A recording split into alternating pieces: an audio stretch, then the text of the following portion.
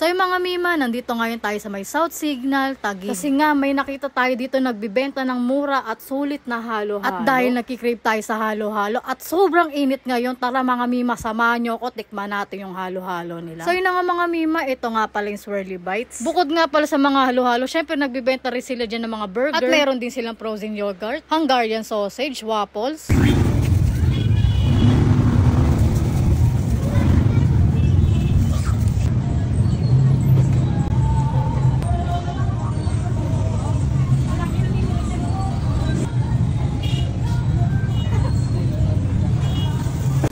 Dito nga pala tayo sa may Swirly Bites. Dito yan sa may Luzon Street, South Signal, Taguig City. So ito nga pala may mga in-order natin is halo-halo leche lang syempre. Kung gusto niyo na may ano kayo, magpa-pads kayo, syempre ano lang yun, may ice cream na kasama, worth 90 pesos. Pero itong in-order natin guys is 70 pesos lang siya. Especially nga pala guys, yung leche plan is homemade pala siya guys. So samahan niyo ko, tikman na natin. So bali mga mima, yung mga laman pala na ito guys, ube, gulaman, saging, kamote, saka bean, saka syempre yung leche plan naman. So samahan nyo ko, tikman na natin. Sarap. Syempre, tignan nyo yung leche plan nila. Syempre, laki, sobra.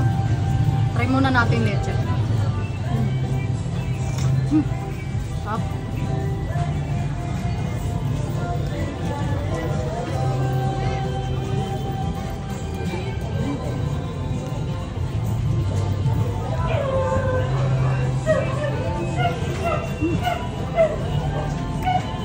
Ngayon, tama-tama to dahil summer ngayon. Kung naghahanap kayo guys ng mga halo-halo, punta na kayo dito.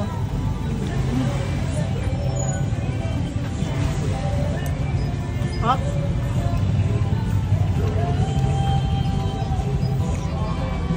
So yung mga mima, kung mapadayo kayo dito, puntahan nyo itong Swirly Bites guys. Sobrang sarap ng halo-halo.